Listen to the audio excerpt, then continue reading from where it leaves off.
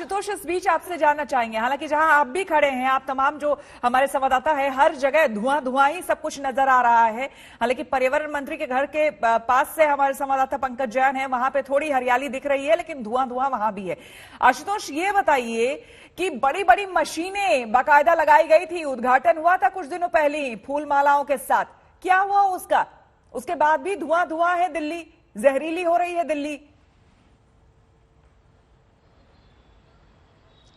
वो एक smog tower था। देखिए, एक स्मॉग टावर लगा करके आप इतने बड़े आकार की दिल्ली का कम से कम प्रदूषण तो नहीं साफ कर सकते, और इसीलिए आज सुप्रीम कोर्ट ने बेहद तल्ख तेवर दिखाए हैं। दिल्ली, पंजाब, हरियाणा, केंद्र सरकार, जब सुप्रीम कोर्ट को यह कहना पड़े कि कार्यपालिका, ये बेहद दुर्भाग्यपूर्ण है कि कार्यपालिका अपना काम नहीं कर रही है। मैकेनिकल स्वीपिंग के लिए दिल्ली सरकार ने नगर निगम पर ठीकरा फोड़ा।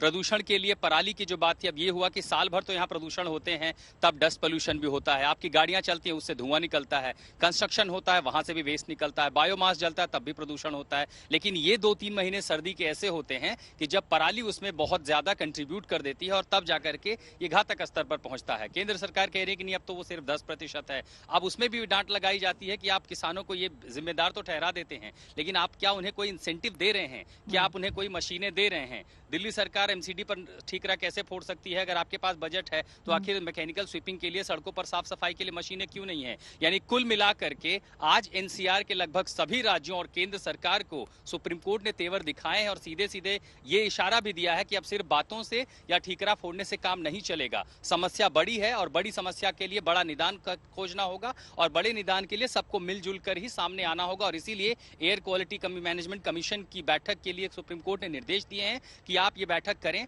सभी चीफ सेक्रेटरी से, ये जो एनसीआर के राज्य हैं वो इसमें शामिल हो और ये तय करें कि अगले कुछ दिनों के लिए किन गतिविधियों पर बैन लगाई जा सकती है। सरकारी दफ्तर बेहतर है कि वो वर्क फ्रॉम होम करें और इसके अलावा एक बड़ी ब्लूप्रिंट लेकर के सामने आए, और इसीलिए परसों की सुनवाई अब बेहद अहम हो जाएगी। श्वेता, बिल्कुल, पंकज जैन के पास चलते हैं, जो कि खुद पर्यावरण मंत्री के घर से हमारे साथ जुड़ रहे हैं। पंकज, जिस ब्लूप्रिंट की बात अब सुप्रीम कोर्ट कर रही है, क्या वाकई दिल्ली सरकार के पास कोई ब्लूप्रिंट है? क्योंकि हमने वो स्मॉग टावर देखा था, उसको लेके कई आर्टिकल्स छपे, फीता काटा गया, वहां पर फूल मालाएं हुई, सब कुछ तो हमने देख लिया, लेकिन उसके बावजूद हालात जस के तस है। देखिए, इस वक्त सुप्रीम कोर्ट की इन तमाम टिप्पणियों के बीच सबसे अहम दफ्तर जो है वो है पर्यावरण का, और पर्यावरण मंत्री के घर के बाहर ही हम मौजूद हैं, क्योंकि जो फैसले पिछले दिनों लिए गए थे कि वर्क फ्रॉम होम होगा दिल्ली सरकार के अफसरों का, मंत्रियों का, तो वर्क फ्रॉम होम घर के भीतर जारी है। वीडियो कॉन्फ्रेंसिंग के जरिए एक अहम बैठक ली जा रही है। और आपको ये भी बता दें कि जब सुप्रीम कोर्ट सुनवाई कर रहा था तो इस बीच अभी 12 बजे से एक बैठक शुरू हुई है मेट्रो, दिल्ली परिवहन विभाग और पर्यावरण विभाग के बीच। इसमें मंत्री भी शामिल हैं।